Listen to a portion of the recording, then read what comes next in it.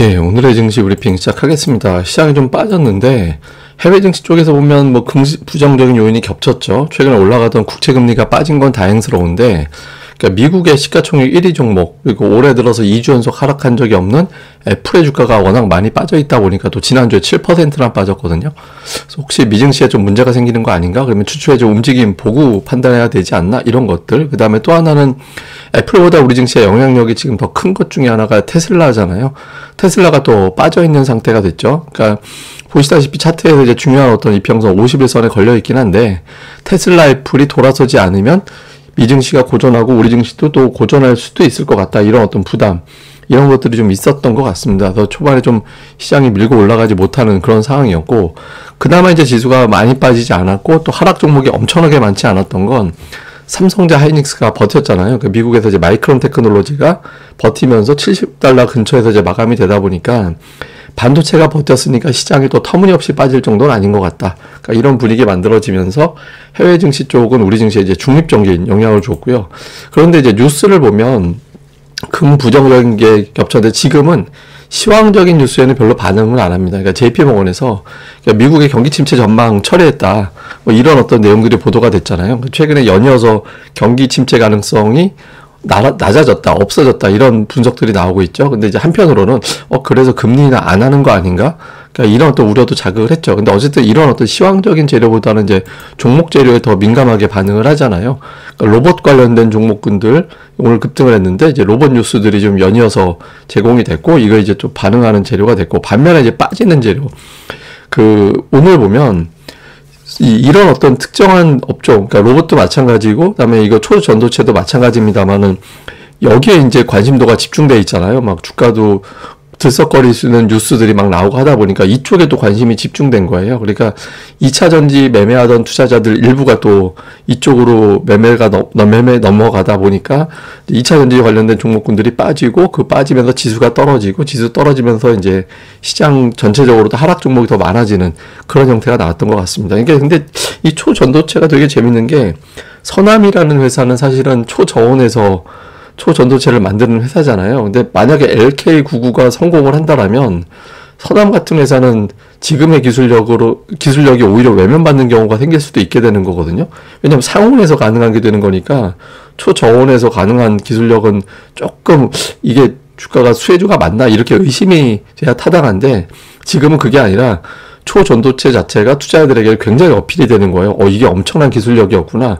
이런 쪽으로 어필이 되면서 이쪽에 또 집중이 되는, 뭐 관련된 사업만 한다, 엮여 있다, 그러면 뭐 다 급등을 했다가 또 급락을 했다가 이제 변동성이 커지는 이제 그런 상황이 생겼죠. 그 다음에 이제 또 종목들별로 보면, 코스피는 딱 봐도 하락폭이 되게 크게 잡혔다 싶은 종목군들은 대체로 다 2차 전지 관련된 종목군들, 현대차는 이제 테슬라 가격 인하 때문에 전기차 관련된 단가 하락 압박이 좀 있는 것 같다, 뭐 이런 이슈 때문에 빠졌지만 전체적으로 보면 이제 2차 전지 관련된 종목군들이 양시장에서 지수를 끌어내렸다라는 게 확인이 되죠. 뭐 코스닥 같은 경우는 시가총액 1, 2위 종목이 평균 10%가 마이너스가 났으니까 굉장히 많이 빠진 거죠. 근데 이게 보면 이 종목군들이 좀 많이 빠지면서 전체적으로 좀 어렵게 만들었지만, 그나마 지탱시켜준 건 SK 하이닉스. 하이닉스는 그나마 다행인 게 요 큰 양봉의 절반 위에서 주가가 놀고 있거든요. 그래서 이거 좀 계속 밀고 올라가서 이 12만 5천 원 위로 올라가 버리면 지수를 끌어올릴 동력이 생길 겁니다. 근데 이제 올라갔다가 밀렸다, 올라갔다 상승폭 줄였다 이래버리면 투자자들이 좀 아리까리 하잖아요. 그래서 하이닉스 삼성전자가 플러스 났음에도 불구하고 지수를 끌어올릴 정도의 힘은 없었다, 이렇게 이제 봐야 될 것 같고, 근데 에코프로는 되게 많이 빠졌죠. 지난번에 21선에서 깨고 나서 그 다음날 양봉이 나왔었거든요. 그래서 이번에 이제 그런 흐름이 나오는지 되게 중요한 또 자리가 됐죠. 그러니까 1차 중요한 125만원 깨고 나서 두 번째 중요한 마디로 내려온 것 같습니다. 여기서 이제 회복하지 못하면 생각보다 좀 많이 빠질 가능성도 있다라고 봐야 될 것 같고, 근데 반면에 이제 꾸준하게 올라가는 게 화장품주들이에요. 뭐 코스맥스라든가 뭐 이런 류의 어떤 기업들이 은근히 강하거든요. 그래서 좀 되게 세게 강한 게 이제 네이버라든가 이런 종목군들 최근에, 그 다음에 은근히 강한 게 화장품주들. 그러니까 시장에서는 2차 전지, 반도체, 뭐 제약 이런 것들이 정신산업계 움직이는 동안에 인터넷과 화장품주들이 은근하게 올라가고 있었다. 요것도 이제 특징이었던 것 같습니다. 그 다음에 이제 수급에서는 제가 이제 외국인 선물 동향, 그러니까 지금 지표를 하나만 딱 꼽아서 보라면 저는 이 선물 동향을 봐야 된다라고 생각을 하는데, 이번 주에 제가 외국인들의 선물 매수 가능성이 높다라고 말씀드렸잖아요. 근데 이거보다 더 세게 들어와야 되는데 너무 조심스러워요. 아마 만기가 있어서 그런지 모르겠는데, 지금 이게 왜 중요하냐면 외국인들이 선물이 과매도로 내려갔을 때 돌렸던 자리, 그러니까 저게 이제 날짜로 3월 14일, 5월 12일, 7월 10일 아마 그럴 겁니다. 그러니까 하루 이틀 오차는 있을 수 있는데 제 기억으로는 그렇거든요. 근데 저 정도 됐을 때 돌리면서 지수가 되게 많이 올라갔었어요. 그리고 이제 삼성전자가 주도를 했었고, 그러니까 지금이 이제 과연 그 위치로 봐야 되느냐, 아니면 이번 주 만기가 있으니까 지금은 치고받고 하다가 이제 그 이후로 밀어버릴 거냐, 요게 되게 중요하거든요. 근데 지금 외국인들이 선물 매도력이 별로 없어서 올리려면 올릴 수 있는데 이제 다른 방법이 좀 생긴 건가? 2차 전지로 지수를 누르는 방법이 생겼으니까 여기서 조금 더 장난할 건가? 뭐 이런 것들이 좀 의심이 되죠. 근데 어쨌든 수급상으로는 이게 이제 선물로 쭉 올라가게 되면, 하락 눌러줬던 게 풀리게 되면 그 공간만큼 열리면서 지수가 올라갈 수 있게 되거든요. 그래서 이게 조금 더 많이 풀려야 됩니다. 종목으로 보면 외국인도 오래간만에 순매수 1, 2위 종목이 삼성전자, 하이닉스. 예, 그런데 이제 규모가 크진 않죠. 그리고 이제 포스코 퓨처엠, 포스코 홀딩스가 순매수에 들어와 있어요.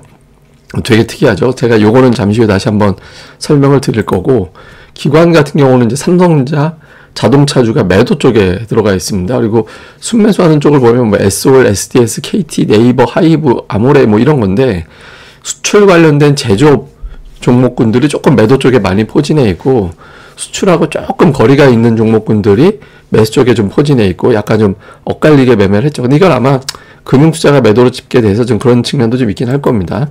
그 다음에 코스닥 쪽에서 외국인들은 에코프로 HN, 다음에 이제 에코프로, LNF 이런 거 매도하고, 에코프로 BM을 이제 매수하고, 엔터주도 조금 엇갈리게 이제 매매를 했고요. 그 다음에 그 반도체 IT 관련된 종목군들도 은근히 사놓긴 했어요. 뭐 심텍이나 아니면 PSK홀딩스, 주성엔지니어링, 인텍, 플러스 한양ENG, 하나마이크론 이런 것들을 또 솔브레인까지, 그러니까 이쪽은 계속 또 유지는 했거든요. 그래서 조금 반도체 쪽을 조금 더 보는 건가? 근데 오늘 기관이 워낙 이제 그쪽 매도한 게 좀 잡혀 있어서 좀 향후에 좀 봐야겠습니다만, 이제 외국인들은 그쪽을 좀 매수한 게 특징이었고, 기관 같은 경우는 이렇게 뭐 업종별로 확연하게 어떤 특징이 잡혀 있다 이렇게 보기는 애매합니다. 그래서 기관 파두를 많이 팔아서 오늘 기관들이 매도가 많이 잡혔는데, 그렇다고 또 많이 산 종목군들도 별로 없었거든요. 그래서 기관은 전체적으로는 좀 소극적인 매매를 한 날. 자, 이슈를 정리해 보면, 지난주에 애플이 워낙 많이 빠졌기 때문에 애플이 올해 들어서 2주 연속 하락한 적은 없었거든요. 근데 그럼에도 불구하고 밀려버린다? 그럼 이제 조금 시장에 대한 자신감이 떨어질 수 있습니다. 요 주가 흐름. 그 다음 이제 미국이 이번 주에 대규모 국채 발행이 되거든요. 1,030억 달러. 금리가 여기서 올라가 버리면 조금 이제 좀 부담이 될 수 있습니다. 그래서 미국의 어떤 금리 추이. 그 다음에 이제 삼성전자 누리. 삼성전자 누리라는 건 부정적 의미는 아니고, 선물 매수로 돌리고 삼성전자 올리고, 제가 아까 수급 차트 3월 14일, 5월 12일, 7월 10일 제가 불러드린 날짜 코스피하고 삼성전자 한번 차트 한번 열어놓고 보세요. 그래서 요 어떤 변곡이 이번 주에 나오게 되는지 요거 좀 볼 필요가 있고, 오늘 특징은 뭐 엔터, 화장품, 초전도체, 곡물 이런 것들이 움직였는데, 요거는 제가 뭐 설명 한번 드렸으니까 지나가면 될 것 같습니다. 자, 오늘 제일 중요한 차트는 사실 제가 딴 거 준비했다가 바꿨어요. 예, 2차 전지가 되게 좀 고민이실 것 같아서, 갖고 계신 분들은 시장에도 되게 중요하고, 제가 첫 번째 변곡은 그때 말씀드린 게 이제 최고 피크와 최고 저점의 절반 정도를 돌파를 해서 반등해서, 기술적 반등, 요때 요 기술적 반등에서 이걸 돌파하느냐 못하느냐가 되게 중요하다. 그러니까 125만 원을 넘기면 기술적 반등이 아니라 한 번 때려놓고 다시 올라가는 거는 이런 분위기가 되는 거고, 그게 저항이 돼버리면 이건 기술적 반등에 그쳤으니까 더 빠져야 돼, 뭐 이렇게 정서가 될 수 있다라고 말씀드렸고요. 또 하나는 창구에서 키움 비중이 너무 커졌다. 원래 이제 우리나라 주식은 대부분 키움이 매수일인 경우도 많지만, 압도적인 창구에서 압도적으로 저게 위로 올라서 버리면 이 종목을 지배하는 주체는 주로 단타들이다, 이렇게 볼 수 있거든요. 근데 그나마 단타 가지고도 주가를 좀 어느 정도는 방어할 수는 있는데, 이게 이제 단타들이 좋아하는 종목들이 생겨버렸잖아요. 전도체 같은 종목이나 오늘 뭐 곡물주도 막 움직이고 막 이런 종목들이 움직이다 보니까 이제 단타 쪽도 또 줄어들고 빠져나가는 그런 형태가 되면서 이제 압박이 됐고, 또 하나 중요한 건 뭐냐면, 이게 지금 철강업종 수급이거든요. 제가 지난번에 이 얘기 들을 때 제가 댓글 잠깐 봤더니 좀 뭔 소리 하는 거냐고, 조금 이해 못 하겠다고 막 좀 말씀하는 게 있는데, 이게 제가 왜 그러냐면 포스코홀딩스하고 저는 에코프로하고 영향이 있다라고 보거든요. 잘 보시면 저는 이렇게 생각을 했어요. 그러니까 포스코홀딩스를 저렇게까지 매도할 이유가 없잖아요. 그러니까 뭐 일부 여러 가지 이유가 있겠죠. 운용사별로. 근데 일부는 뭐 포스코 가지고 대형주로 연간 얻을 수 있는 수익을 엄청나게 그 이상 몇 년 수익질을 얻었기 때문에 그냥 나가는 투자자들이 있을 거고, 제가 또 하나를 보는 게 뭐냐면 포스코를 팔아서 에코프로가 워낙 급등을 하면서 공매도 쳤던 세력들이 완전히 당했잖아요. 그래서 그 숏 스퀴즈를 해야 되는 상황이니까, 또는 그런 분위기에 편승을 해야 되니까 포스코를 팔고 그쪽으로 자금을 댄 것 같다. 일부 자금을. 그렇게 저는 추정을 했고, 그때 그 취지로 말씀드렸거든요. 그러니까 포스코 매도를 할수록 이제 에코프로가 올라갈 수 있는 상황이 그래서 만들어진 것 같다. 자금이 그쪽으로 넘어가면서. 근데 잘 보시면 대량 매도 끝난 날짜가 7월 26일이었어요. 그 이후로는 철강 업종에 대한 대량 매도가 안 나왔잖아요. 그때 공교롭게도 그 날짜가 이 윗꼬리 크게 달고 고점 쳤던 날이었거든요. 이게 무슨 의미냐면 그 에코프로에 여러 가지 수급이 있었을 겁니다. 2차 전지 좋게 보는 사람 단기 매수세, 그 다음에 또 하나의 수급의 중심인 숏 스퀴즈. 그러니까 공매도 쳤다가 주가가 폭등해버리면서 손실나면서 공매도를 청산해야 되는 그런 주체들이 있었을 텐데, 그 주체들은 끝난 거예요. 그날로. 예, 그날로 끝나버리면서 수급의 축 하나가 빠져버린 거죠.